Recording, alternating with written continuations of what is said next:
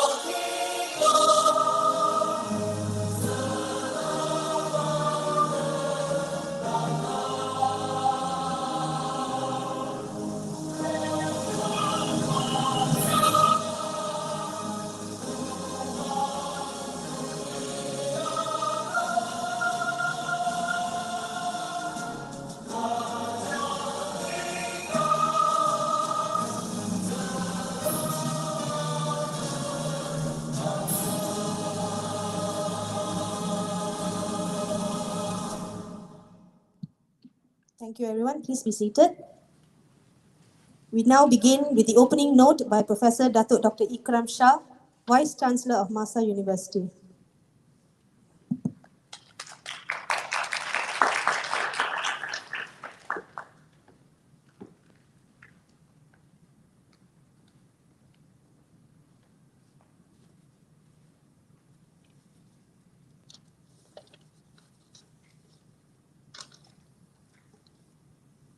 Bismillahirrahmanirrahim.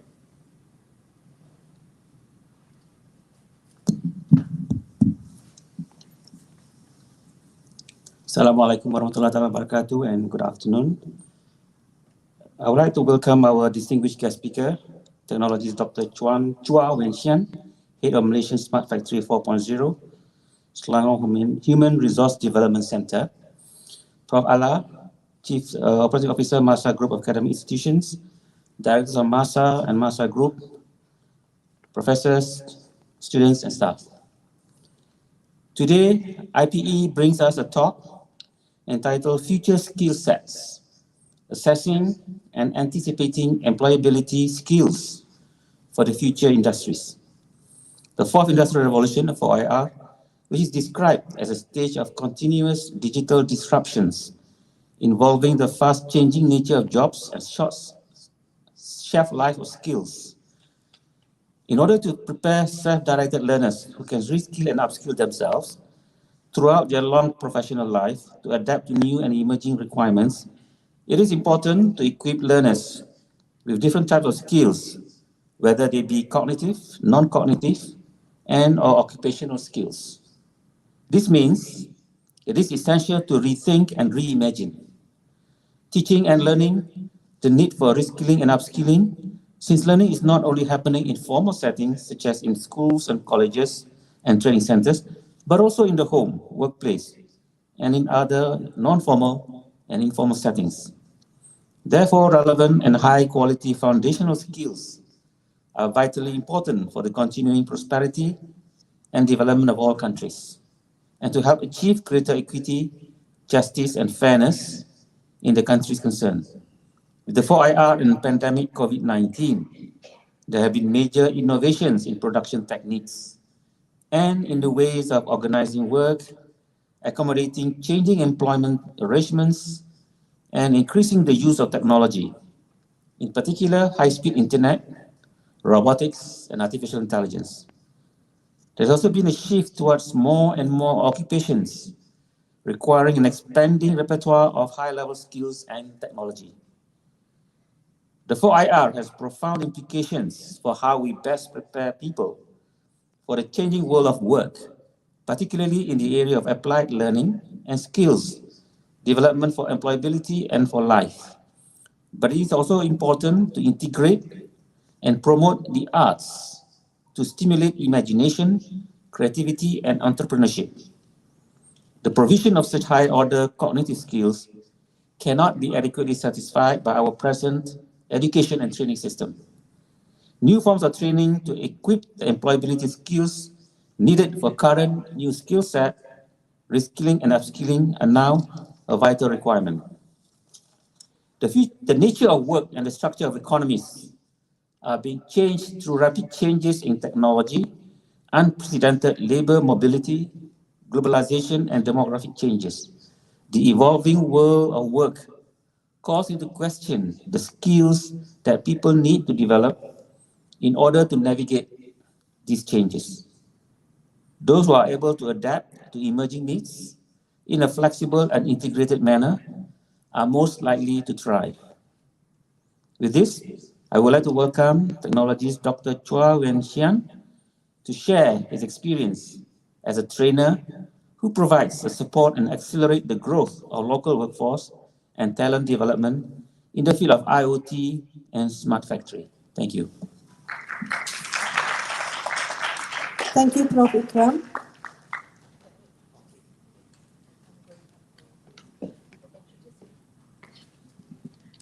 We now welcome Professor Dr. Rosna for the welcoming speech.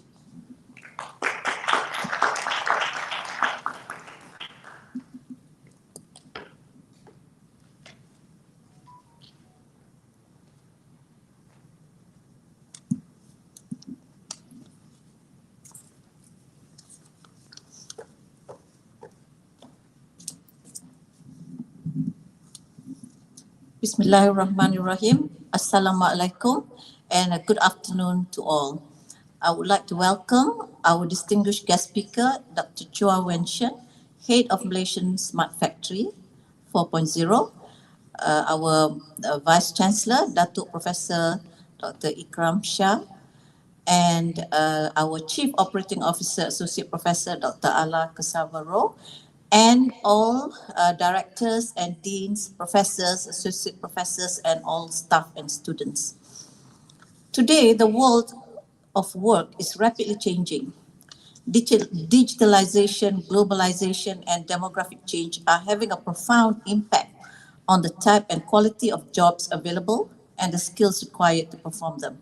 Unlike in the past, the current generation of learners is facing unprecedented uncertainty in how they anticipate and prepare emerging skills and jobs due to impact of automation and continuous technology.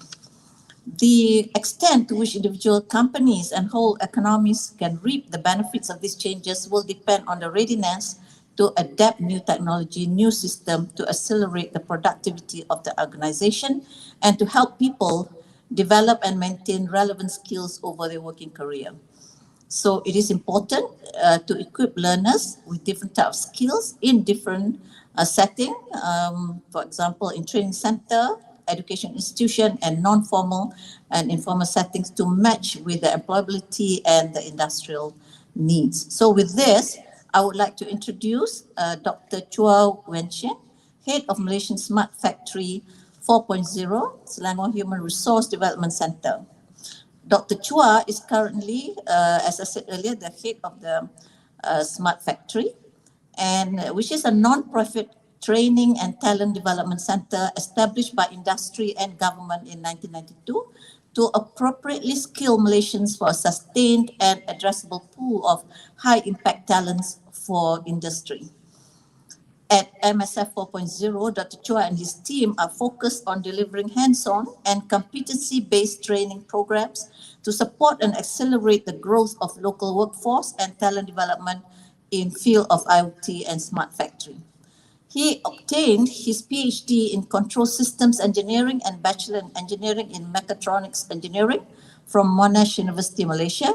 His key area of expertise is control automation systems, fault detection and identification, and predictive maintenance strategies widely used in Industry 4.0 applications.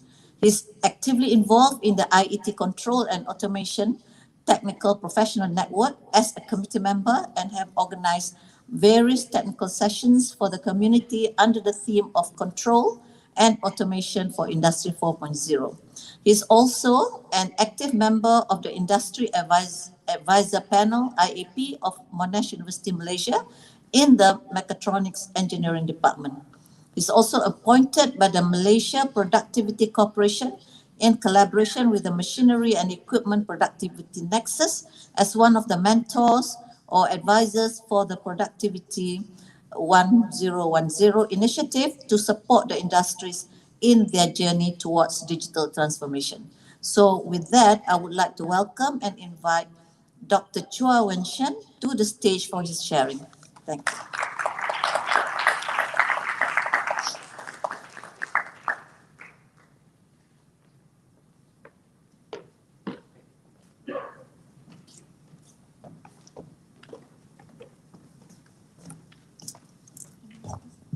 Okay. All right. Thank you. So, first of all, a very good afternoon to the Vice Chancellor of Masa University, Professor Dr. Ikram Shah, and a good afternoon as well to the Chief Operating Officer of Masa Group, Professor Kasaba Rao Ala, and to Professor Dr. Rosa. Thank you very much for the invitation for me to be here today, and Mr. Matthew as well. My name is Dr. Chua, and currently I am the head of Malaysian Smart Factory 4.0 at the Selangor Human Resource Development Center. And generally, the Malaysian Smart Factory 4.0, what we focus on is really to support the industries to move forward in terms of technology adoption, right? And how do we really move forward and in this space? A lot of times industries actually talk about moving forward by buying technologies, right? And moving forward by just acquiring the best technology out there. But when we start to speak with many industries and also the people that are involved in this kind of technology space, what we notice of is that the key problem when it comes to technology adoption is not the tools that you have, it's not the technology, but rather it is the people, right? The people are the core or the key towards technology adoption and technology advancements as well. Which brings, I think, the topic of today, which is future skill sets, right? Assessing and anticipating employability skills for the future of industries. And before we talk about the skills, let's talk about what is Industry 4.0 really all about in the first place. So when I came into this space just now, I noticed that this university has a lot of medical and health sciences students as well, right? And I'm not sure if Industry 4.0 is a term that you hear very often nowadays, but it is also very much equated to what we call digital transformation, right? And if you see this graph or this chart over here, we talk about Industry 4 as an industrial revolution. And when we talk about revolution, it doesn't mean that it is a plug-and-play solution. It doesn't mean that you buy a certain tool and technology and then you sort of put it in a machine and say, hey, I'm called Industry 4.0. But industrial revolutions talk about, a period of time and a journey towards change, a journey towards transformation, right? And if you look at the first stage, when we talk about mechanization and steam, right, that was the first industrial revolution. Then the second one, we talk about mass production. Third one, we talk about automation and computers. A lot of people think that Industry 4.0 is then going into, buying computers, getting the best gadgets, but it's really not there anymore. Industry 4 talks more about using data to create value for your day-to-day operations, right? And it's not just for manufacturing. It applies to everything that we do on a day-to-day basis. For example, right, all of us have a mobile phone, right? And when you want to go from point A to point B, what's the first step that you do? You open up Google Maps or you open up Waze, right? And then you see, oh, okay, my estimated time of arrival is 40 minutes because there's a traffic jam along the highway. Now, how do we know that there is a traffic jam?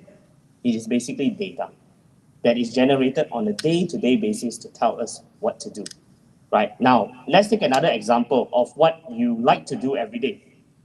Watching YouTube videos, right?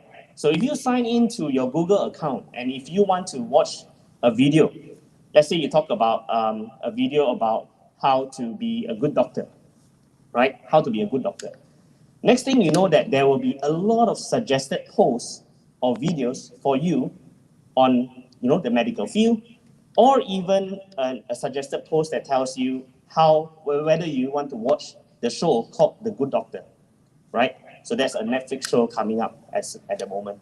So Industry 4.0, utilizing data, is where we transform our day-to-day operations, right? And if you look at this chart over here, as it really jives into the Malaysian context. Why? Because Malaysian market can really thrive because a lot of our industry are doing mass customization, right? If you go to a factory, right, and you tell them, okay, I want to manufacture a product, they will definitely tell you, I can do it. Why? Because the only competitive edge that our manufacturers have is being able to have a variety of products being produced.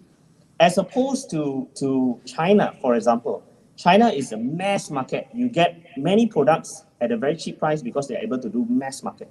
But Malaysia, we talk about customization, right? We are able to do smaller batch sizes, but we are able to have many varieties. So when we go to one of the factories, we see, oh, you have 200 different variety of products being produced on a day-to-day basis. That is really, really challenging. So how do you really produce so many parts, variety, and you're able to customize them, made to order, and still maintain a price of a mass production, right? Because you can't be selling your products 10 times more because it is uniquely made for you, right? So this is where the real strength of Industry 4.0 comes in. How to create, a niche environment to produce mass customization, but still be able to maximize your cost. And that's what we talk about data, right? Data is the core goal in Industry 4.0. And without data, there's really nothing much that we can talk about when we talk about technology anymore, right? Data is a new goal.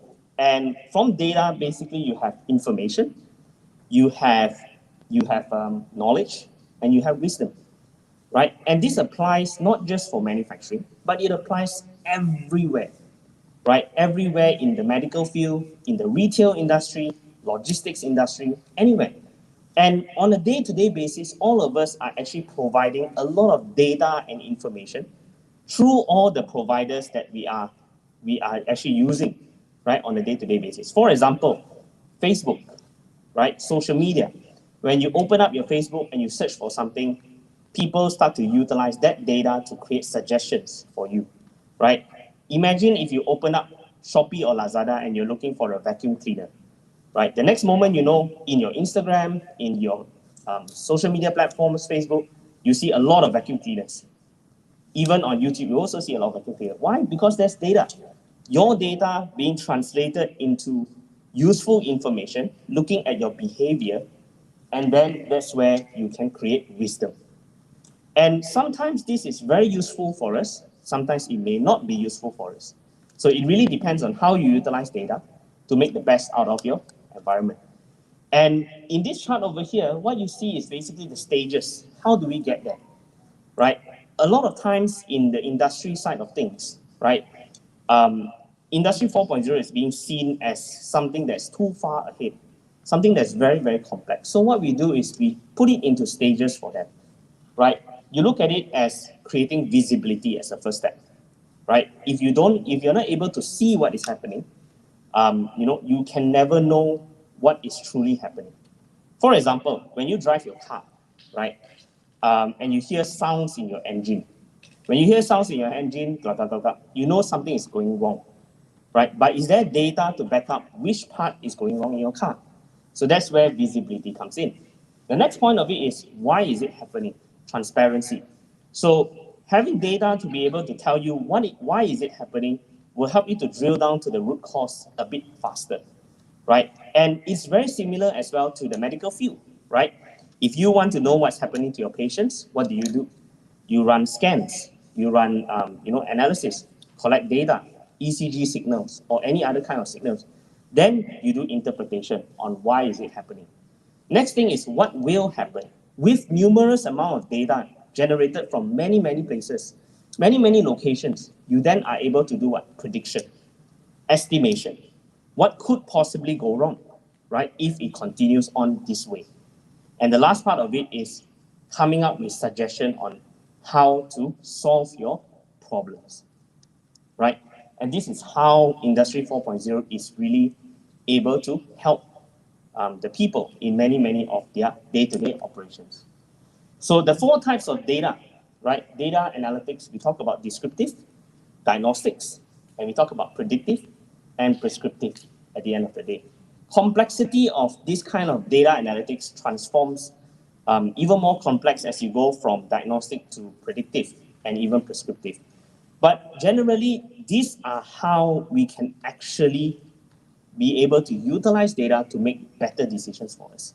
For example, how data is being used in the medical industry, right? They use it by looking at images, right? I've seen many of my students looking at different kind of image recognition for cancer cells, right? Or even different type of image recognition to identify what are the possible patient diseases that are happening. So these are how data is being used.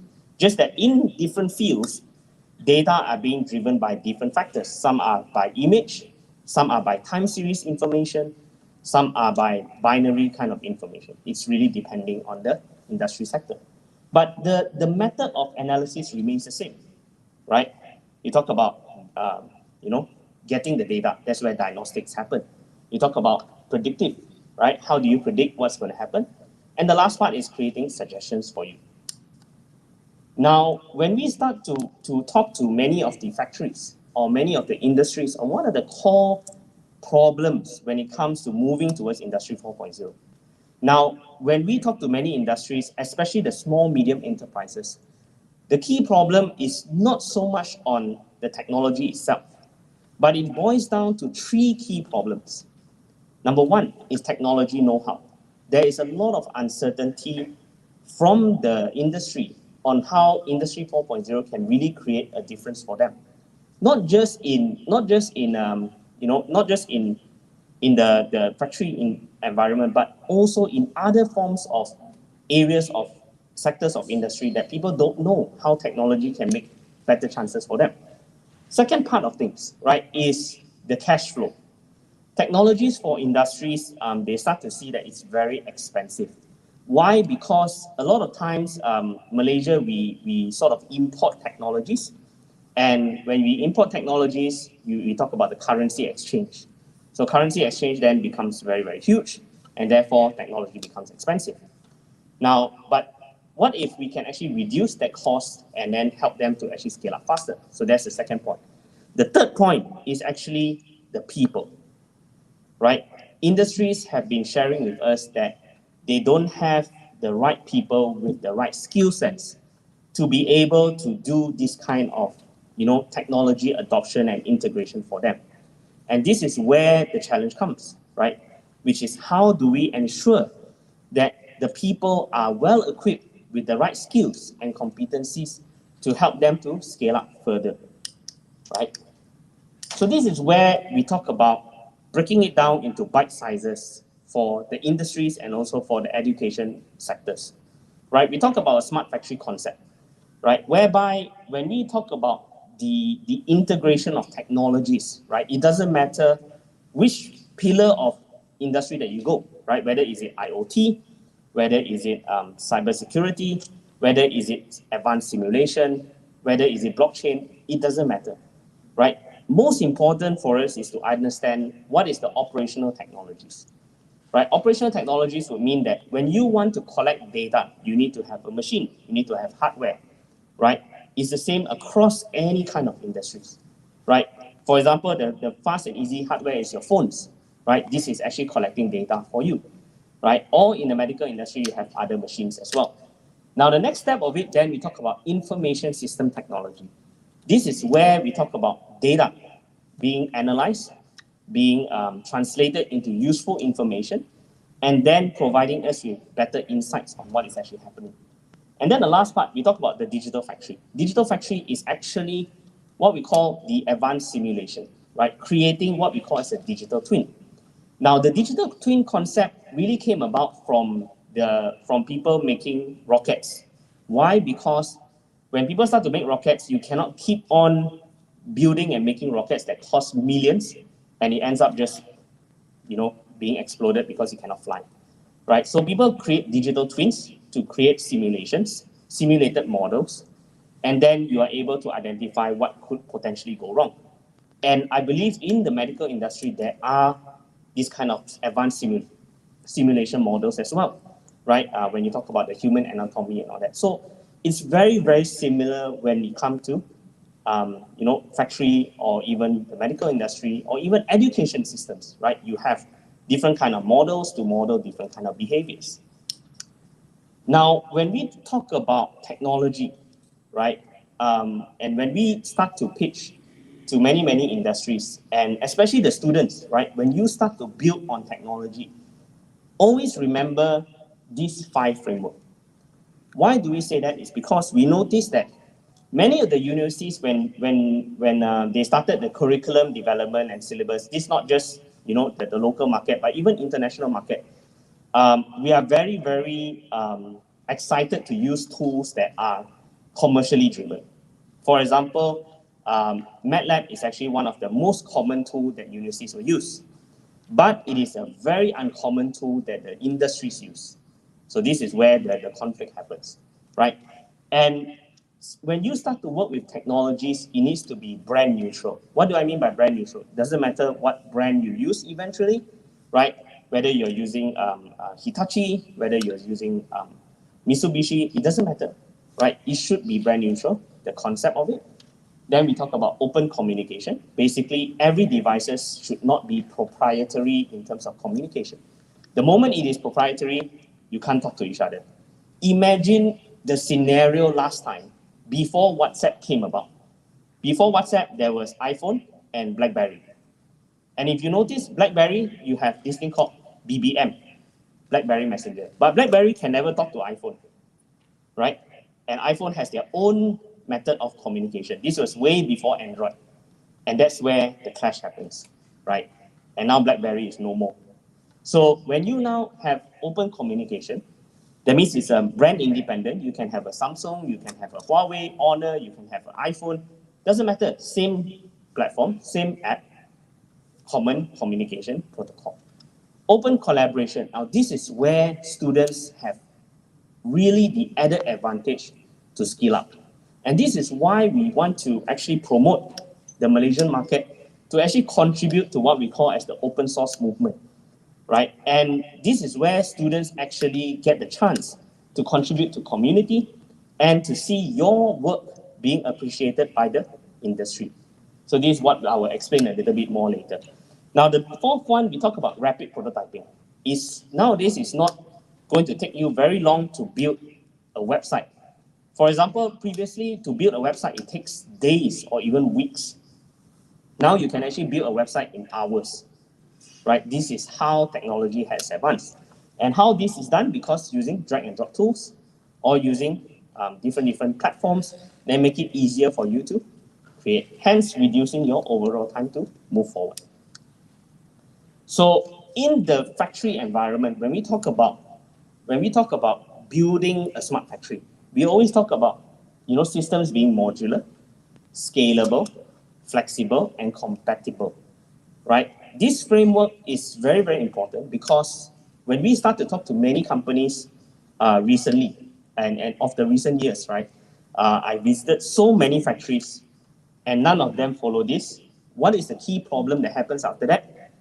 They spend a lot of money to buy big softwares, big hardware, and you can never connect them together. It's isolated. Everything works independently. They can never talk to each other. That's the key problem that is happening. And it's very apparent in not just the small, medium enterprises. The local largest have this problem. The multinational companies also have this similar problem. So this is where, when we talk about Industry 4.0, we really want companies to understand that, when you develop technologies, it should follow this framework. And for students, especially when you start to work on technologies, when you start to work on developments, it should also follow this kind of framework. Hence, it reduces the complexity and reduces your cost of integration in general. So what are the skill sets that people really use, right? Or what you really need to know? When you start to work with technology, right, you need to know what kind of hardware you're using, right? It can be many, many different kind of ways, right? And some of the hardware examples that you will see here that are more advanced now is, for example, we call this an IoT Gateway. Now, what does an IoT Gateway do? The IoT Gateway basically translates your signal, your analog signals into digital signals so that you can see, what is happening in real time, right? So you got a digital input or an analog input. Now, on the right side, we talk about smart sensors, right? Let's say you want to detect vibration, you want to detect temperature, humidity, right? You can use this kind of IO-Link technology. So these are some form of new technologies that you need to know how to use. Back in the early days, what we only know is, in the engineering side, we call it programmable logic controllers, right? PLCs. Right now, these are added advantage from PLCs. Now you have to know IoT, right? IoT is one of the core when you talk about future skills that you need to know. And of course, how do you translate from, putting a sensor to a machine, right? Assuming this is a machine that you want to monitor vibration, right? Putting a sensor on the machine, detecting the vibration, the skills that you need to know is how to select the right sensor, how to select the right machines, and then how to select the right equipment to acquire the data. And once you have all this in place, you are able to pull data from machines, right? And you are able to then diagnose what is actually happening through sensors integrations like this and get information in real time. So these are skills that during the early days, it might not be there, but today, these are skills that you really need to know, right? Whether is it for industrial applications like this or in other form of sectors, data collection is one of the key important steps for you that you need to know, right? So how do we then pull data from machines easily, right? It's nowadays you have tools like, drag and drops that are able to do it, right? Very easy connection to devices, right? You need to know that technology and you need to explore it, right? And once you explore this, it's really very, very straightforward for you to collect data, right? And some of the skills that are required here is number one, IoT. Number two, you need to know how to manage databases, right? One of the core skills that people need to know now is database, right? How to use SQL, how do you use IoT technologies, how to build fast and easy software. For example, in this case, we are using something called Node-RED. Node-RED is actually a very, very easy and very, very flexible tool that we use for many industrial applications. And students that come and learn Node-RED, they find it very, very fast when they come to technology integration. So then from those data that you see just now from the machine, what do you then want to translate it to? Right? You want to use that signals to be able to tell you what's going to happen. For example, if you are driving a car, do you want to know that the moment your car fails is the time that you see a smoke? Or do you want to know that your car is going to fail when you start to see vibrations that are very, very high? Right? So this is when data is very useful for you.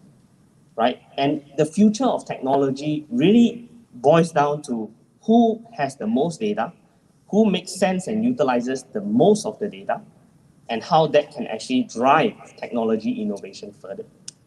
Right? So we talk about how data is used in manufacturing industries to do predictive maintenance or to do prescriptive maintenance. But in other sectors, what is data being used for this kind of prediction? For example, weather forecasting, right? With the recent flood events that happened, were we able to have enough or sufficient data to predict that? Or did we not have sufficient data that were able to predict such a flood case that would happen, right? Second thing is that one of the experiments that we were working on, as a proof of concept, was looking at ECG signals, classifying ECG signals, to be able to tell what could possibly go wrong, right, in a patient, based on the ECG signal. And if you think about it, when you look at the signals being translated, right, it's very similar between manufacturing industry and even other sectors, right? It's just how would you classify that data? How will you make sense of the data that you see, right, to create useful and valuable information for you? And this is where we talk about data being, translating the raw data into something like what Google Translate is doing for you. So instead of you translating from English to something else, now you're using data, translating it into useful information that you know what is happening to your day-to-day operations or your machine. For example, in this scenario, right, there's just a bunch of data on the left side. We are detecting the signal, then we tell what is happening, right? Why is it happening? Predictive, it's going to shut down. And the last point of it is prescriptive. Please prepare what you want to do next. So if you think about it from a more open perspective, right, you're just building a Google translator for your data, right? When you want to read data every day, you want to translate it, you're building a Google translator for your data. Now, similar kind of situations where, when you monitor your machines in real time, right, it's the same for human beings as well, right? Now, one of the recently, some of the technologies that I was seeing that was very, very interesting was actually how they utilize certain sensors, wearables, right? They call it wearables. iPhone has that, the smartwatch. The moment you fall, it detects that you fall, and it will automatically call the ambulance for you and tell them your exact location. So these are how these kind of technologies are being used for the healthcare sector. Now, another interesting technology that I was looking at is a Malaysian technology. If you Google, this is called Smart Peak. Now, what it does is that if you go into an elderly home, right, an old folks home, what is the common challenge is that they might fall down when they come out from the bed, right? And this technology, what they have done is utilizing cameras to detect a potential fall, right? And then alert the nurses available so that they are able to actually quickly come to you, rather than having a nurse sitting down there and monitoring each on every camera that's happening there. So these are how utilizing AI technologies, utilizing all kinds of technologies, but translating it from different sector of industry to something that will make sense for you, right? So technology is more or less the same. It's how you use those technology to translate it to the sector of industry that you want to use. Whether is it retail, hospitality, whether is it medical industry, these are all very, very common. And if you go to any restaurant now, you will notice one problem now is labor shortage in the F&B industry, right? I've walked around many places and I've seen so much labor shortage in F&B industry. So what do they do to fix that problem? They brought robots in. So robots are now serving food to you, right? So if you are actually learning hospitality, do you actually need to now learn how to program a hospitality robot? How to program a self-service robot? How to program a customer service robot? Do you need to now learn that skill? I think that is something that we all need to learn eventually as well, right? So now, then you talk about logistics, right? Logistics, usually what we do last time is, okay, when they send you a parcel, what do? They will write down, what's your IC, what's your phone number, what's your name, sign off.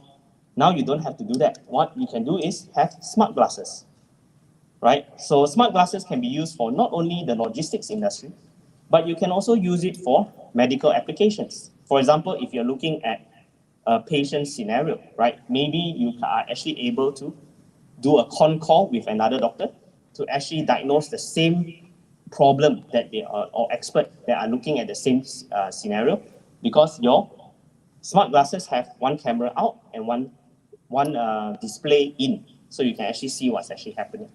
So this was actually how we use smart glasses to gather evidence tracking, right? And of course, when you want to talk about supply chain management, what are the skills that you need to know next is how do you build scalable software that are able to do a lot of kinds of application. This is just for, POS applications, but you can also use it for many, many other kind of work orders, or you can use it for many, many kind of applications, regardless of, the industry sector that you're in. Let's go here. Okay, now you may be in a different field, right? You may be in the medical field, you may be in hospitality, you may be in numerous kind of fields.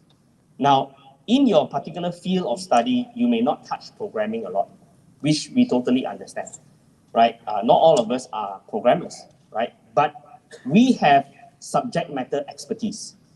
What do I mean by subject matter expertise? You have the knowledge, the fundamental knowledge to know what is happening with your data. But you are not a real programmer to go and learn how to program in Python. You may not learn how to program in R. So then, why are these tools, drag and drop, created for you? Is to actually build what we call as citizen developers, right? So you can be in the medical industry, learn about data science, data analytics, utilizing these kind of drag and drop tools, and immediately come up with an inference of your data set. So it doesn't mean that you are not a programmer, you cannot do data analytics. That's not possible anymore, right? It doesn't mean that you are not a programmer, you cannot do IoT, right? All these are interdisciplinary or cross-disciplinary skills that all of us can learn together, right? I had students coming from, biomedical background, chemical engineering background that come and learn how to do these kind of systems as well. So then, of course, when you want to look at, AI, right? Object detection, vision inspection, these are things that even you can do, right? And there's so many tools out there that are able to help you to actually identify all this, right? And with the new skills that you have right now, right, you can actually implement this for your systems that you're doing now. All you need to know is your data set, what is good and what is bad. So this is what we call labeling, right? You're able to label. And from the labeling, you're able to detect what is good and what is bad, right? So that's where you are the subject matter expert. And what is available out there is the tools for you to actually use to make better decisions, right?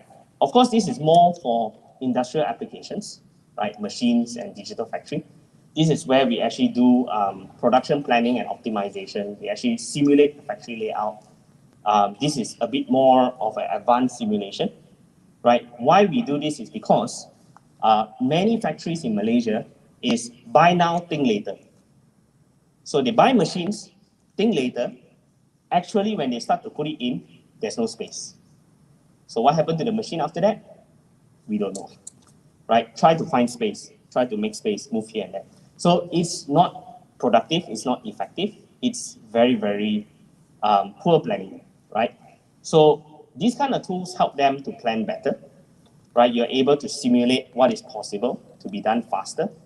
And if you think about it, right, it's not just applied to factories. You can even apply it to when you do a layout for your hotel, right? How is the movement and traffic of your people going in and out of the hotel? Does it make sense, right? Maybe you want to simulate during peak hours. Will it actually make sense to have this kind of flow, right, moving in and out? Or will it create congestion that suddenly everybody gets stuck, right? Or maybe you want to simulate, okay, if I have a building, if I want to have a hotel with 100 rooms, right? And if it's during peak season, and I only have 2 lifts, everybody's going to queue out and wait. So we need to simulate this kind of environment so that we know where are the bottlenecks and how can we improve it for better customer experience, right? So this is what we call as the digital twin, right? We create a simulated environment, we can monitor the situation, and then we are able to enhance that kind of commissioning, and so that when we actually apply it on an actual scenario, we don't have a situation where I never anticipated that this would not happen, right? So when you talk about technologies, when you talk about the skills required to go towards new technologies, right? What we always say is that the skills that you want to use, there's so many technologies out there. Even in IoT, there are so many ways to do IoT, right? You can program it in Python, you can program it in C++, you can program it in C#, you can program it in Java.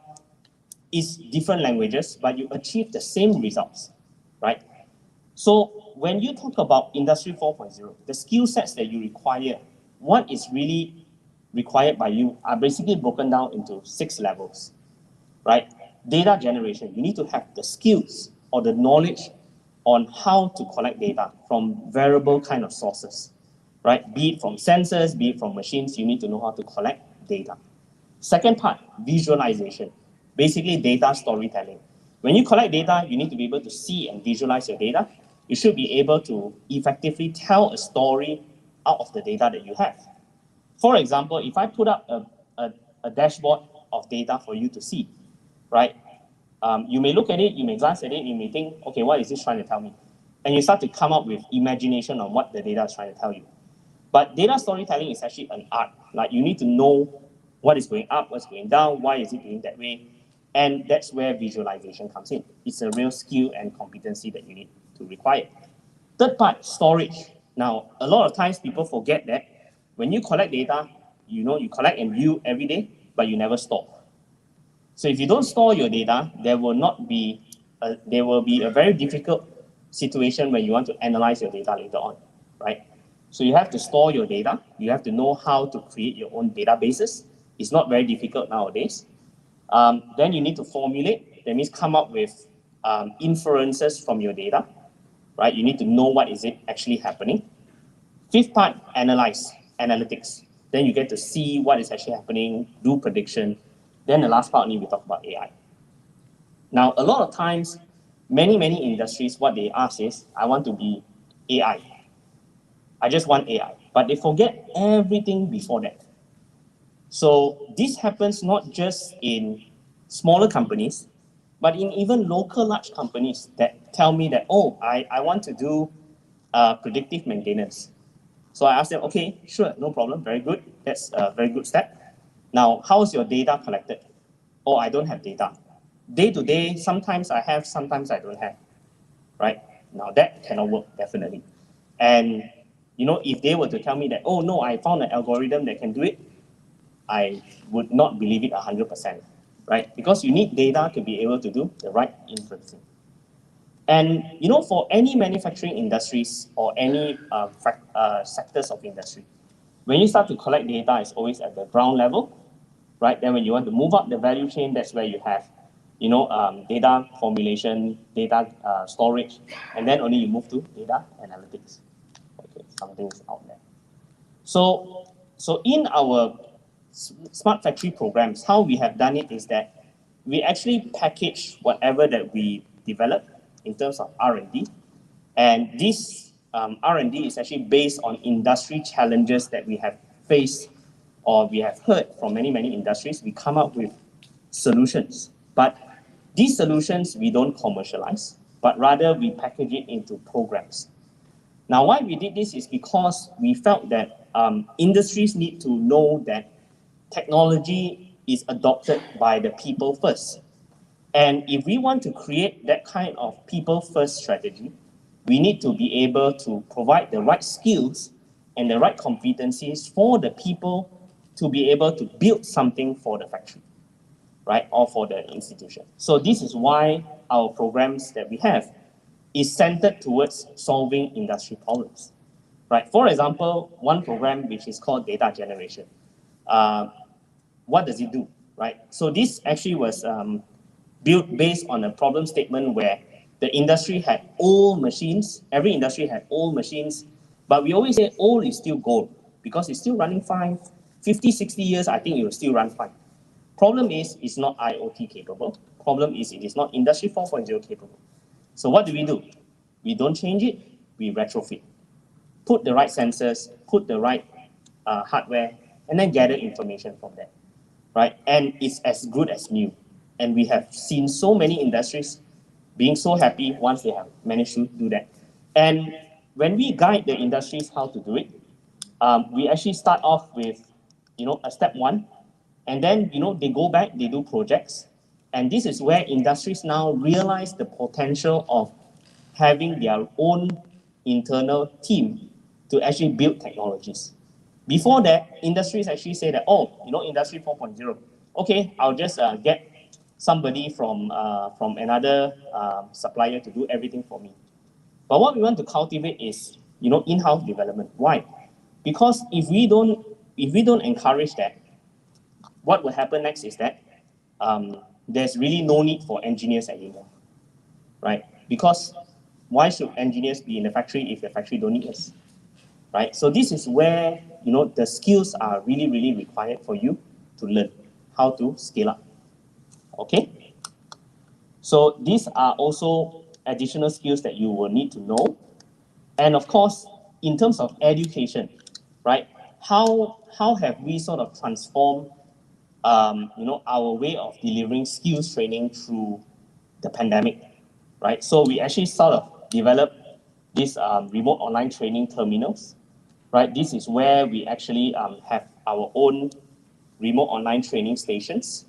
So you can be in Masa University here, and you can log on to any of our hardware and do your learning wherever you are.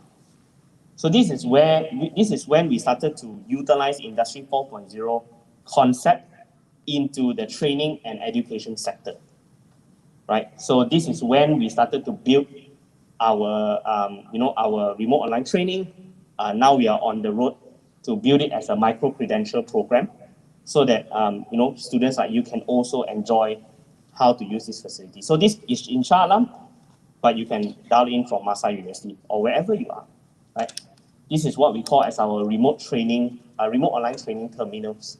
And it's open 24/7. So basically for students, I think this is the best for you, because you study until 2 a.m. in the morning, wake up at 6 a.m. and then still continue to study sometimes, right? So this kind of setup helps in terms of the learning and development, and we have seen that students progress quite well in this kind of environment. So when you learn all these skills and technology, you need to put it to good use, right? This is where we actually work with companies that they come and learn, and then we actually guide them in projects. And now industries are asking us for potentially how can we structure a program where students are involved, getting students as a structured internship program whereby they can actually learn the technology from us, go to the factory and start projects. Right, so this is more structured, and this is what we are working very closely with the universities that we work with to actually identify potential areas whereby we can actually come up with a more structured program that the students will have a more valuable internship experience, right? Over at our side, we also bring in a lot of interns, right? And when we bring in interns, it's really on R&D projects, right? And sometimes we bring them to factories to actually help the factory to be mentored. And these are some of the use cases that you can explore, right? How a factory has learned the technologies and how they have implemented, and how they have grown from from where they are last time to where they are today, right? So this is how we help companies in general to digitize, utilizing all the tools that we know, and really focusing on creating maximum value creation, right? Because in Industry 4.0, especially in this market right now, if you're not able to create valuable impact for the company, there is really not much room for the company to consider what you have, right? Because everybody has IoT application, everybody has AI application. The key point of it is then, how do you create a modular and compatible platform? How will you create a sustainable platform for innovation? And when it comes to talent development, what I always emphasize on for companies is that if you focus on the talent or the people first, you have ownership over what you build, you retain your people. These are the talents that are going to be the ones that will help your company to scale up faster, right? I can never see a company run without engineers or without technical people. It's very, very challenging. And if you see how the overseas country run it, it's always a people first. Yeah. So this is why we focus on a people first strategy towards technology transformation, because you are the domain expert, you will be the subject matter expert, right? And in the Malaysian Smart Factory, we focus on these key areas, technology, talent development being the core, right? Technology learning platform, if things go well and if you would like to visit the Smart Factory, we can always hold field trips. You can actually see, how technologies are working inside. And this space, we actually build it from ground zero because we want to know how difficult is it to build a smart factory so that we are able to effectively teach, the industry and also the students how to start building it, right? That's why we have a proof of concepts. That's our R&D sector. Live demonstration, we have about 26 partners now with us. And that digital training platform is what you see earlier on. And when you talk about new skills, right? New skill development, new competency development, we currently have a range of programs that are able to help students to upskill and reskill. And fortunately, these are actually funded programs for Malaysians, right? So if you're a fresh graduate, you are looking for some additional programs to learn, you can come in contact with us. This is some of the programs that we have. These are some of the future skills that you need to know, in terms of smart factory, in terms of software development, data analytics and data science, artificial intelligence. RPA is one of the new tools as well to learn. Smart glasses integration, digital factory, full stack development. These are core skills that you need to know for the future of integration, because as things move fast forward, we need to have more than one skill that we know, right? And this is very, very important. Otherwise, it's very difficult for us to secure a good career in the future. Now, if you are a student working on, your projects in the universities and you're looking for internships, you're looking for, you're looking to contribute to the community, we now actually started what we call as an open source community development platform, where we actually invite students to actually come and build technologies with us, right? And this is actually from our GitHub. You can see some of these projects. And these projects are actually built by students. These are actually built by interns, and these are actually open for industries to use. So when you start to contribute to this kind of community, it creates value for you. It creates value for the industry. It's basically a shared prosperity for all, right? So yeah, please look into your new skills, look into your new competencies.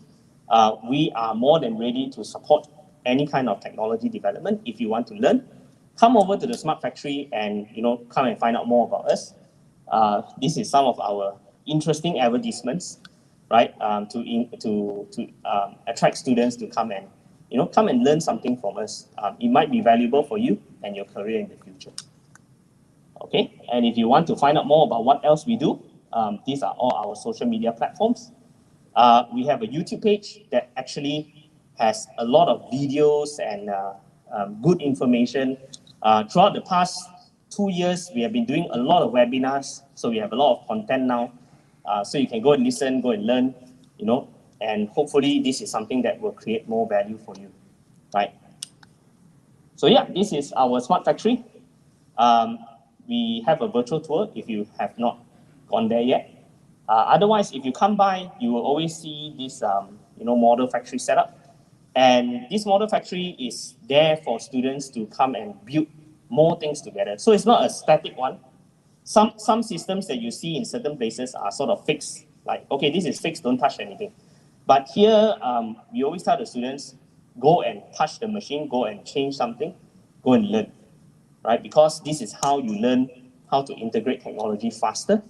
And this is where, problem solving, critical problem solving thinking comes into play. And with that, that's all I have to share. And I'm open for any kind of questions that you have, with regards to what I presented or even outside of what I presented. Yeah, just open the floor for discussion. Thank you. Thank you, Dr. Chua. Just moving around, yes. Yeah, we'll invite Mr. Matthew now for the question and answer session.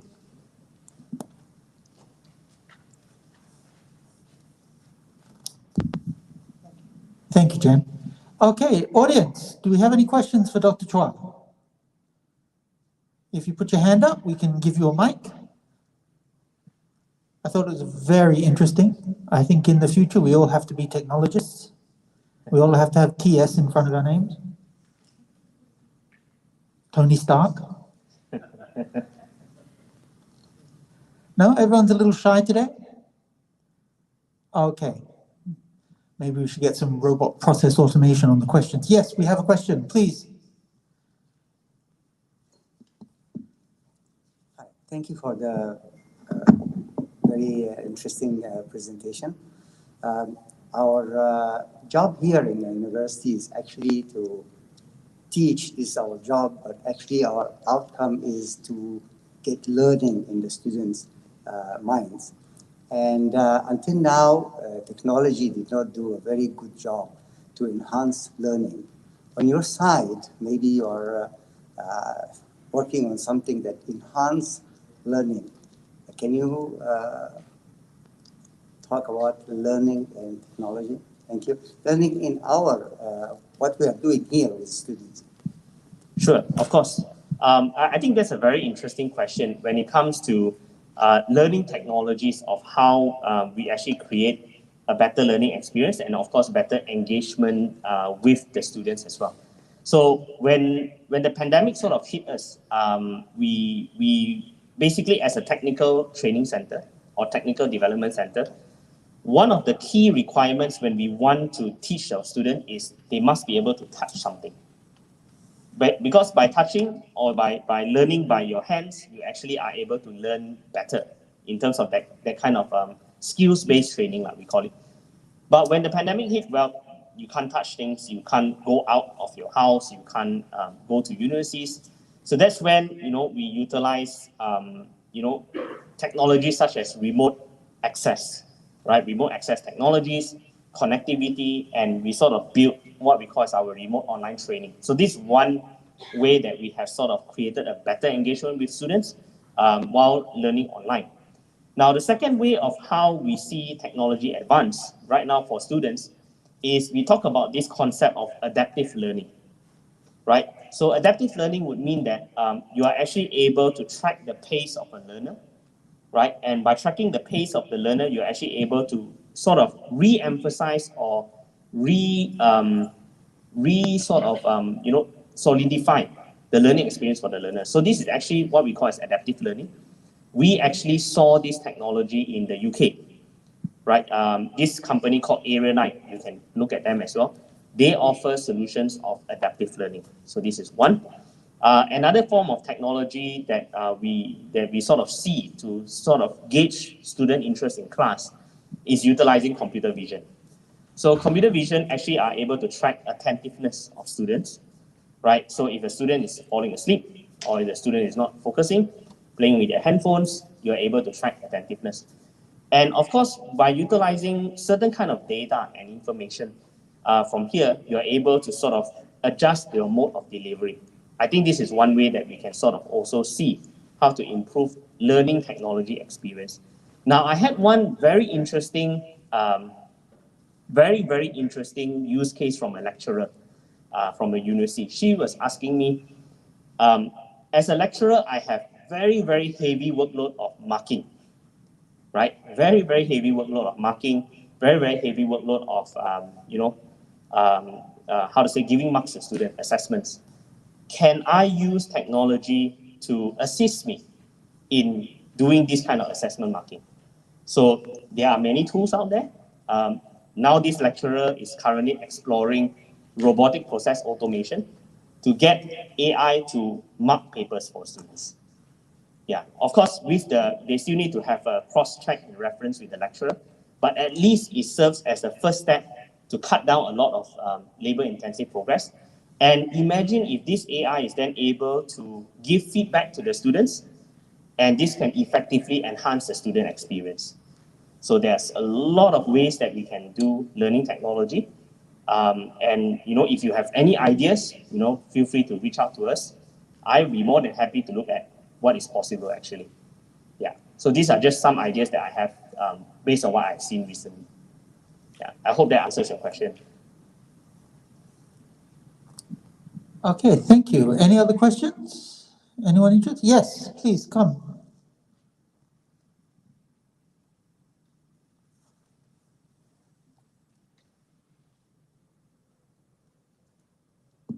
Good afternoon, Dr. T.S. Dr. Tua. Hello. I just want to know how to access more about the smart factory. I saw in the video what Okay. you gave the see and can be accessed from here You to mean give the student experience, the real experience about the smart factory. you want to come and see the smart factory directly, Uh, or do access the, experiment from here. The or you simulation. mean this kind of systems where we Yeah. have a remote training? Yeah. Yeah.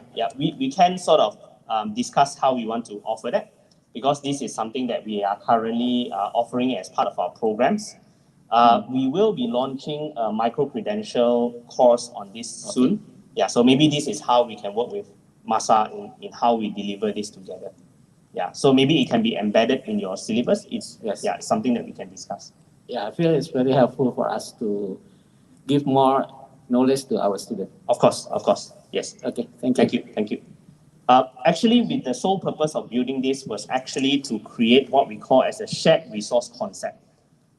Because we know when you invest in technology, it's not cheap, right? And we sort of started this in a way where we sort of have a shared resource concept, whereby you can have different universities assessing it in different times, right? Or different audiences from different countries assessing it at different times. Because when you have time zone difference, you can actually access it at any time. Yeah, it's just through a browser. So this creates sort of a shared resource concept, and we want to see how this can slowly build up further in the micro-credential sector. Yeah. Okay, thank you. Okay, thank you. Anyone else? Anyone else like to say something? No? No questions? Well, okay, Dr. Chua, I have a couple of questions. Sure. Sitting there listening to you, watching your great presentation, and a couple of things occurred to me. One is, I really like the idea of the citizen data scientist. Yep. Okay, we go from no one really understanding or knowing what data science is 10 years ago. It's a very esoteric subject for a few people in top research universities. And now it's on the table, it's there. You're saying this is a key skill. Everyone, it's not IT people, it's not engineers, it's not scientists, it's accountants, it's business majors, it's doctors, it's dentists need to have a handle on this. And you put down a few key skills that really, to call yourself educated now, you need to start grappling with. What's the shall we say, the event horizon for these skills? Are we looking at now in the next 5 years, now in the next 10 years? Okay, I would say that the future of technology would be actually how people will make technology more accessible and easier to use.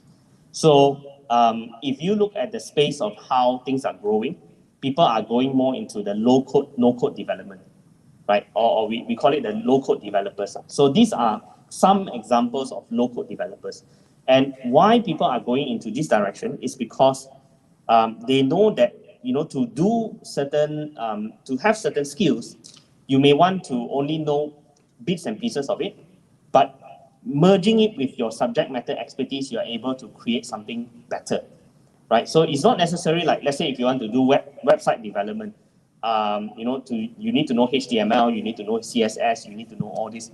But the basic fundamental of building a website is all you need, right? So eventually these are the skills that you need to know. And how do you merge these skills utilizing these kind of tools are what's really required in the future. So merging from your fundamental knowledge of your own disciplines, but also merging with the technologies of what's available out there using low-code development, you'll be very surprised that you can actually achieve a lot more from there. One example that I've seen is a very, very good programmer building a website, and another programmer that does low-code programming. He doesn't know how to do any form of coding. And when you put them side by side to develop one single website with these key requirements, the one with the low code actually finished it in 3 days. The other one finished it in 7 days, and it's still not done. So you can see how fast the development of technologies are moving. And nowadays, industry is not looking at, okay, to build a robust website from ground zero to up. Now people are looking at how fast can you deploy technology, develop and deploy. So these are how we see technologies moving in the future. And I think we all need to be ready for that kind of change. Yeah. Okay, so we're looking at a massive democratization of technology and access to technology, and that's the new skill set. Yeah. Yeah. Okay. Apart from technology skills, which are now becoming available to everyone, Yeah. I'm sure my 12-year-old son would understand this even better than I do. What non-technology skills should we also look to? Okay. So this is where, through a lot of training that we have done, through a lot of process or projects that we have done with students, what we notice of is that the non-technical skills that is really required, number one is you need to really be able to stand out. And how you stand out is actually by being able to articulate what you learn. A lot of people that are technology-centric are not able to present themselves well. So that's one of the key problems. The one major problem is complex problem solving. So you learn a set of steps from a guidebook, right? A to Z, step-by-step guide. But when you go out of context, what we see is that everyone gets stuck there. Yeah, so to be able to go something out of context is to be able to innovate and to be able to come up with ways of connecting the dots together. And that is something that not a technical person can really teach you. But it really requires you to do more practice, more projects, more peer-to-peer learning. This is where we see the movement of technologies are going. We see students work better, learn better through peer-to-peer learning, actually. So I guess this is how we can increase the non-technical skills, whereby they are able to work more effectively as a team, to be able to grow more future technologies in the future. Yeah. Okay, thank you, Dr. Chua. Very interesting. And I think this movement towards, well, this model going forward is brings in micro-credentials, brings in lifelong learning, everything we need. It doesn't matter if you're 17, it doesn't matter if you're 70. This is where we have to be. This is the new skill set. Okay, thank you very much. Are there any other questions from the audience? No? Okay, well then thank you very much, Dr. Chua. I'll finish here. Thank you, Mr. Matthew. Thank you, Dr. Chua. Thank you.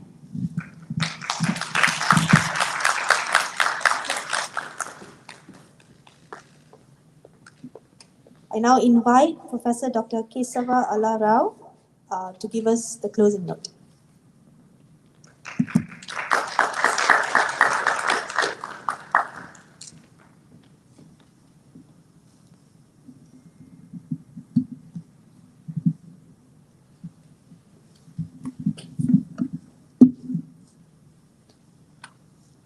Good evening,